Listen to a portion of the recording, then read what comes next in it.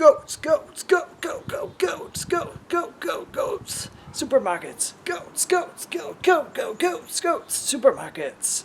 So, this is Supermarket Shriek, and wow, this week has had some amazing games. They look beautiful, the music's pretty cool, but alas, this is the only game this week that has goats. So, just add monkeys or add goats, and apparently it makes a great game. So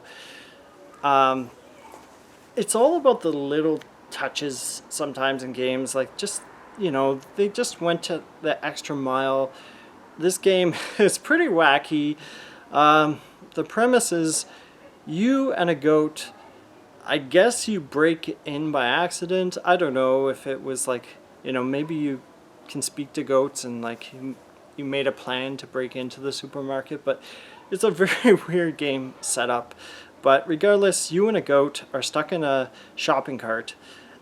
It sounds so ridiculous to even say, but I mean, that's just the premise of this game. And honestly, like, it sounds so silly, but it's just the silliness makes this game so much fun. And because I only have 3 games this week, I never made a 4th due to, just being me recording now.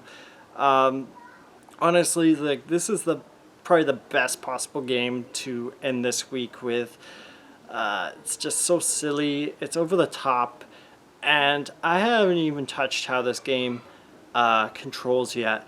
Pretty much you control your movements by shrieking. Now I think you can hook a microphone up and like you'll shriek in the microphone. I don't know how that works. I didn't see an option, but then I didn't really look, just because limited time. I already spent a long time playing this game. It's that much fun. I would even say between this, Orbital Outlaws, and Ghost Runner, I would say this is the silliest and probably the most fun I had. And it's pretty challenging. I mean, Ghost Runner was pretty challenging, but just because of the way that you control this in this game, guys. So you have, as I said, a dude, who is you, I assume, and a goat inside a shopping cart. Capiche?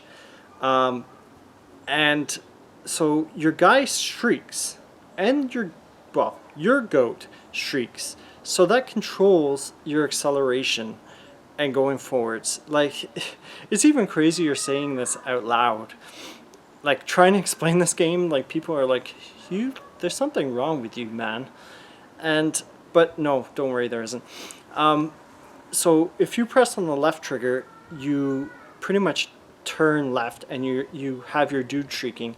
And then if you do the right back trigger, your goat shrieks. Well, your friend the goat. I assume they're friends by now, because they do all these random grocery shopping together. So if you hold down both the left trigger and the right trigger at the same time, you accelerate forwards. And sometimes you don't want to do that, because this is one of those games where it's really important that you control your shopping cart properly, because there's obstacles everywhere. Like, the cool thing is, pretty much you start the game, you broke into a grocery store with a goat, and then you go along, after you finish the first level, you go along the same street.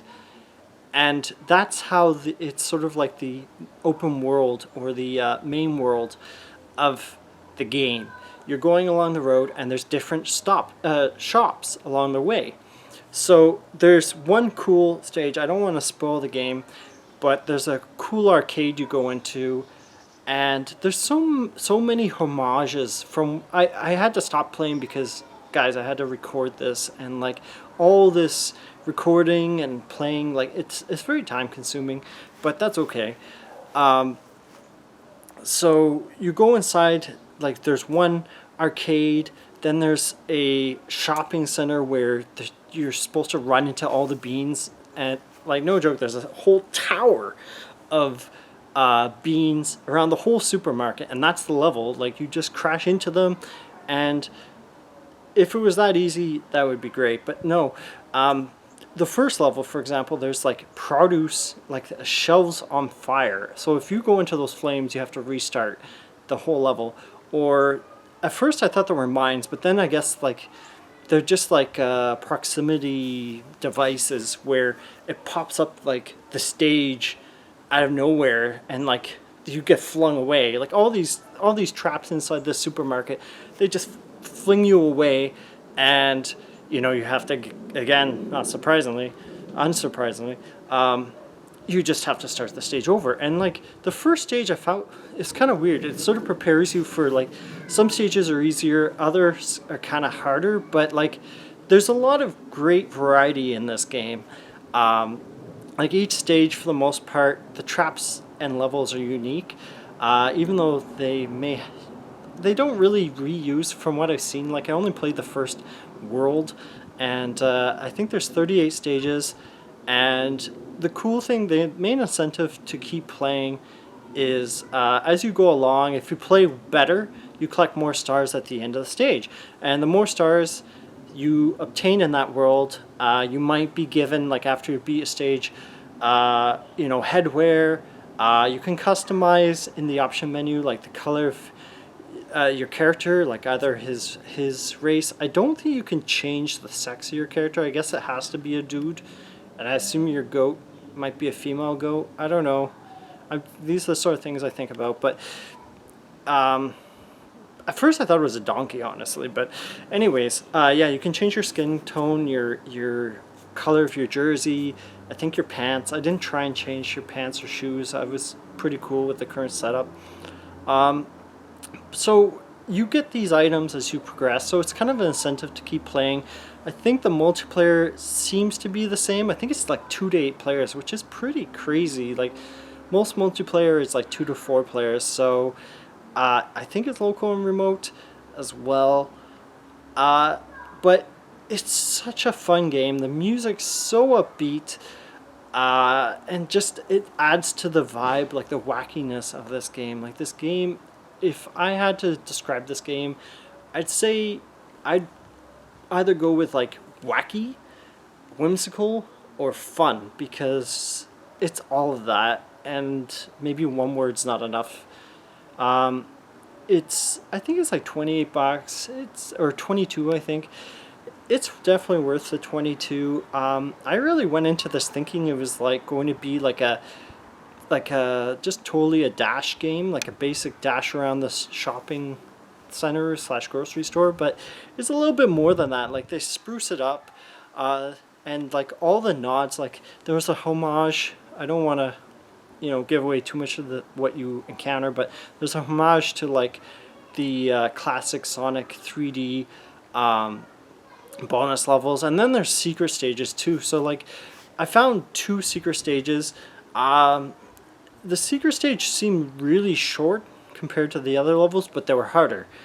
And there's actually a lot of strategy involved with this game. Like it's quite fun, but like you have to have the patience to get through some tricky parts.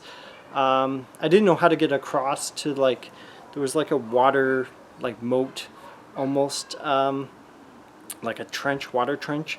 And at first I had no idea how to get past it, and then I realized, oh wait, it wants me to hit a like a floor button, and that'll enable. I found out later, like enables it like a scrolling bridge that I had to like go over with the shopping cart. But yeah, that's the ridiculous thing. Like there's mines on the floor. Like who puts mines or like proximity devices on the floor of a grocery store? Like it's just crazy. Like I can't even begin to describe. Like it's really rare for me to start playing a video game and like literally I'm smiling. Like I'm like, this game is very charming. It's a lot of fun. Like I can't emphasize that enough. Like there's very few games out of thousands of games I've played, thousands and thousands over way too many years, that instantly I'm smiling. Like I think, and brings like joy. And this is one of them. It's one of the few games I've ever played. I can think of Mario 64, I can think of like Mario Kart, like just the real classics, GoldenEye, 007. Like these are games that like right away you have like an instant liking. It wins you over. You're powerless. You like the game. and this is one of them. And I can't overemphasize how rare it is to come across a game that like it's charming. Like you can't help yourself but to enjoy the game, just from like the design choices they made, just everything, how it comes across. It's amazing, and it's fun, and that's what, for me, that's why I play video games. So the fun. So it definitely has like a upbeat like game show feel. Like I couldn't describe it at first, to be honest, and like at first I found like the controls a little bit tricky, but you don't often have to use like a left trigger, right trigger, and a joystick to control a game, but it makes sense. Like once you have played it for a bit, these controls make sense. They're very tight. I feel like this is like tight game control week. If I had to describe this week, like sorry, Orbital Outlaws, great controls. Like I can't, as much as I emphasize fun, and I've been emphasizing fun for years, great controls will either ruin a game or make a game, user friendly and easy to play. And this week, like even Ghost Runner, like I feel like the movement makes sense, that, and you really feel like a ninja. And like in this game, you really feel like a man with a goat inside a grocery store in a shopping cart. Like it's got like, if you've ever moved a shopping cart, you know that it can't pivot. Like it's like a Corvette. It's a bad example, but it's like a Corvette where it's very hard to turn. And I feel like they did an amazing job with the controls for that reason. There's a lot of sense of humor in this game. Like there's certain games where you can feel almost the humor from the people who designed it, just from the very bottom to the top, or top to bottom. And the graphics, like, yeah, they're not, I wouldn't say the graphics are like top tier. They're plasticky. I don't know how else to describe it, but the graphics are pretty solid, but they're not going to be graphics that you show off. This is not the reason that you show off this game. This game, you show it off to your friend because it's silly and it's fun and it's wacky. And so I don't think judging this game from the graphics, I think it's judging it from the experience and the fact that it's very charming. And that's why, like, honestly, for the price, $20 or so, regular price, I would give this, like, I have a tendency to want to feel it like a 7.5, but it's just so charming. I would give it probably 8.5 or 9. Overall, like, I didn't get to try the multiplayer, I have to admit, but like just everything else is a lot of fun. I had to stop playing it because even though the game is varied, I had to stop to record this. But I just found, like, it's sort of like a short burst game for me. Like I would play it in 2 or 3 hours max, and then I would take a break, play something else, do something else. So there's a driving mode. Like it's pretty, I guess it's just so that you can get good and get better at playing the game. That was the first thing I tried, and then I realized, like, you know what, like it's just so basic, like how to orient your shopping cart towards a certain angle. It's like, okay, that's important, but like maybe playing the game I would actually learn that better. And there's also a party mode, and like it's not even an option when you only have one controller going. I think with the 2 to 8 players it's kind of unrealistic, unless it's like somehow you can play it online over Steam, because like 8 controllers is a heck of a lot of controllers. If you can do it with a USB hub or something, yeah, go for it.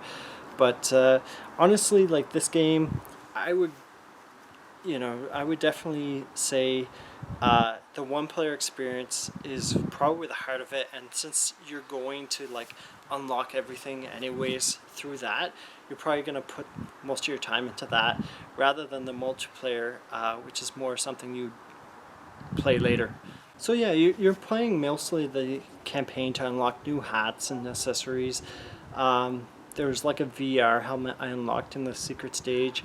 I think there's probably dozens There isn't a store like Orbital Outlaws where you buy stuff. It's just you have to earn the stuff that you get in the game, and that's what makes the sort of makes the challenge of the game higher.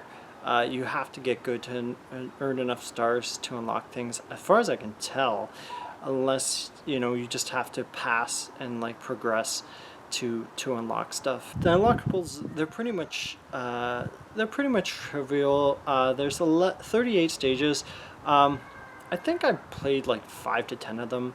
They don't. It seems like they're sort of like random difficulty. Like, at least it doesn't seem like they're getting progressively harder.